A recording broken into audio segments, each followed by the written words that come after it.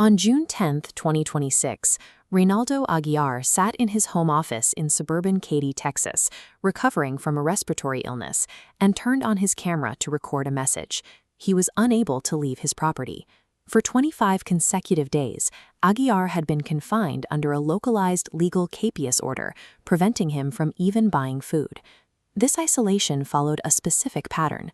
The previous year, he had been held under a similar 50-day lockdown that concluded with the removal of his child from his custody.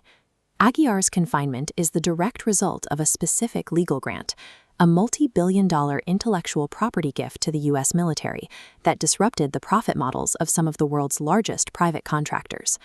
Aguiar's technical background informs his strategy. As a former managing director at Goldman Sachs and a staff software engineer at Google, his expertise lies in the financial and architectural debugging of large-scale systems. While trapped in his home, he executed a countermove from his desk. He compiled his federal patent applications and administrative claims into a single free book for the public, titled The Atomic Express. He gave the book a satirical cover, inspired by this conceptual illustration of a nuclear-powered train with smoking cooling towers and a smiley face.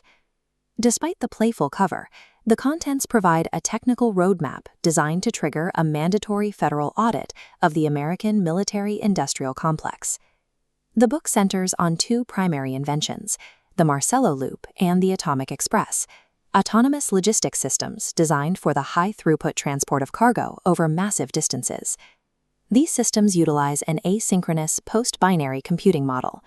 This architecture is designed to replace legacy silicon chips that are currently reaching physical scaling limits and remain vulnerable to foreign decryption. After filing these patents, Aguiar executed a specific legal grant. He provided the United States federal government with a perpetual, immutable, and royalty-free license to use and practice these inventions for any governmental or defense purpose. Under the terms of this license, the U.S. military holds the absolute free right to deploy these critical technologies without paying a cent in royalties to the inventor.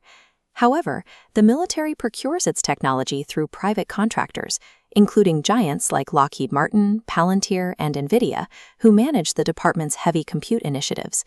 Aguiar's core allegation is that these contractors are integrating his pre-licensed technologies into their own systems and charging the government for them as if they were proprietary.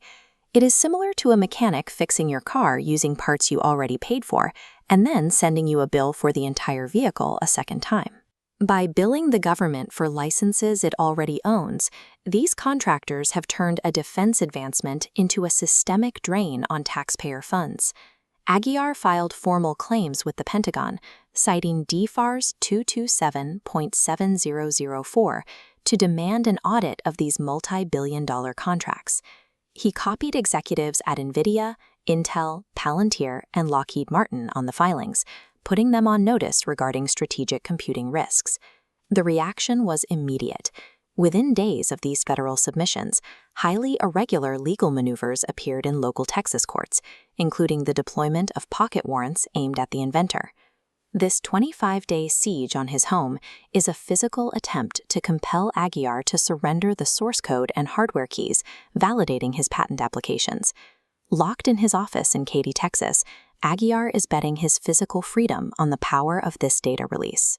Leaving these contracts unaudited creates a specific vulnerability, allowing proprietary logistical frameworks to integrate into classified networks without oversight, risking adversarial capture. Aguiar believes the attempt to suppress him with a local court order has inadvertently created a documented trail of duress. By weaponizing a domestic court to seize federal defense data, his adversaries may have triggered the very military audits they intended to avoid. He views the entire ordeal as the specific chess match, a high-stakes game where every move is calculated and mistakes are never overlooked.